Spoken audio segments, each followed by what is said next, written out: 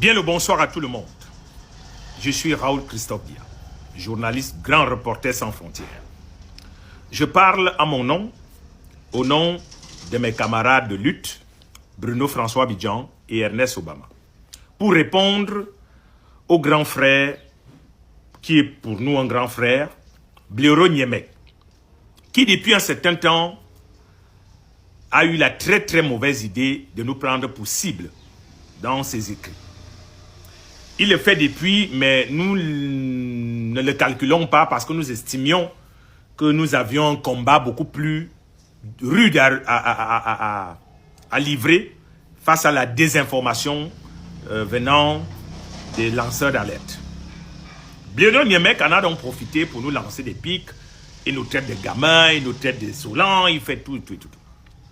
Nous sommes tout autant surpris de voir que c'est lui qui engage des hostilités comme ça vis-à-vis de nous. Alors, j'ai d'abord envie de dire à Blaireau Niémec qu'il ne faut jamais oublier d'où on vient. Il y a un film qui est très connu dans ce monde cinématographique, dans le monde cinématographique, le 7e art. Souviens-toi de l'été dernier.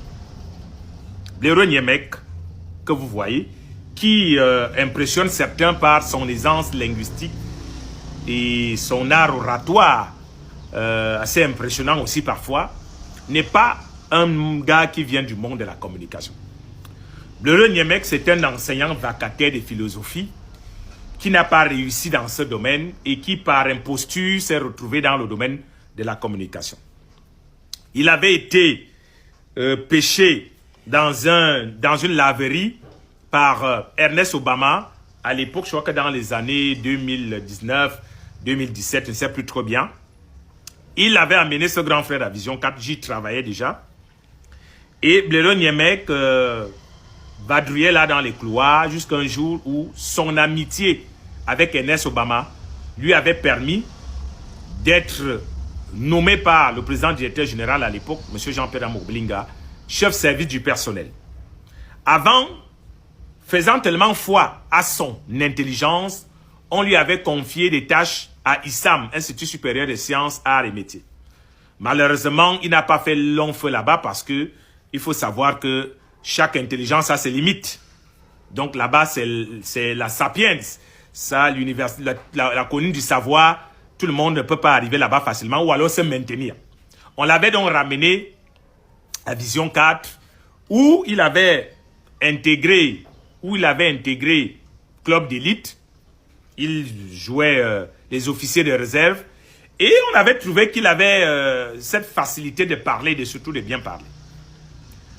Le président directeur général du groupe L'Anecdote, Jean-Pierre Amour Blinga, a donc fait de lui, c'est une histoire que je vous raconte, que tout le monde peut vérifier, a fait de lui le chef service du personnel en remplacement de Madame Loveline N'Djé à cette époque-là.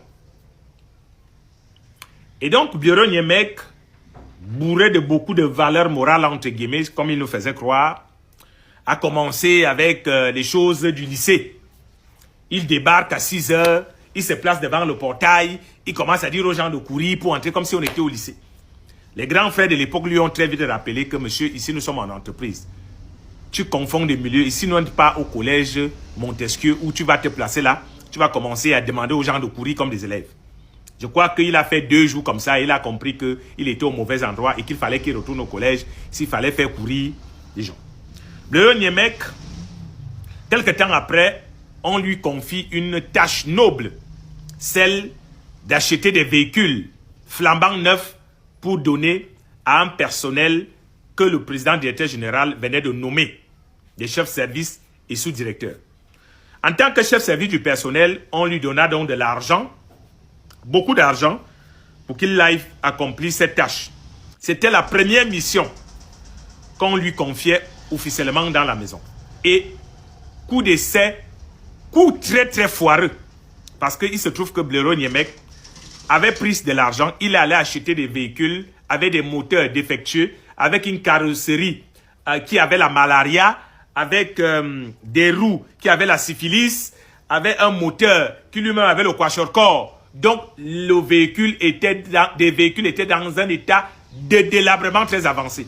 Il s'était arrangé à aller voir ses amis du quartier qui ont mis quelques peintures là pour cacher le truc, comme on dit chez moi. Il est venu avec les véhicules là, il a donné aux collègues. Des véritables cercueils volants. C'est-à-dire que cercueils roulants, je voulais dire. Et ces véhicules, on aurait dit qu'ils les avaient piégés parce qu'ils étaient susceptibles de tuer des collègues à qui on les a remis à l'époque là. Les Visle Oye, les Sandrine Manza, les Michel Séré-Tchungui. À cette époque, je cite les noms pour que vous puissiez vérifier. Ayant donc découvert la supercherie, l'imposture, l'homme de grandes valeurs morales qui n'arrive pas à gérer un petit budget, qui est obligé d'aller prendre des voitures pratiquement abîmées pour garder le pactole, les mettre dans sa poche. Voilà comment le président directeur général se fâche et lui retire non seulement le poste et les vire complètement. On a viré Blero Niemek de Vision 4 parce qu'il avait fait acheter des véhicules, des cercueils roulants aux collaborateurs. On aurait dit qu'il les piégeait. Voilà la raison pour laquelle il avait été viré de Vision 4. Si je mens, qu'il me porte plainte. Si ce que j'ai dit est faux, Niemek, porte-moi plainte. On t'a viré parce que tu as acheté des véhicules défectueux pour donner à tes collègues en tant que chef service du personnel. Il allait chômer, je ne sais pas combien d'années il a fait. Et puis après, il a entré dans les affaires de l'Impal. Si c'est l'Impal. Et moi, je n'arrive même pas à appeler ça des affaires de placement d'argent. Vous connaissez les affaires là. Vous connaissez le tollé que ça a créé. Niemek était dedans. C'est là-bas qu'il s'est enrichi. J'ai dit souvent que quand on a des casseroles, il faut éviter de venir jouer les grands donneurs de leçons sur la toile. Surtout que tu veux t'attaquer au trio infernal.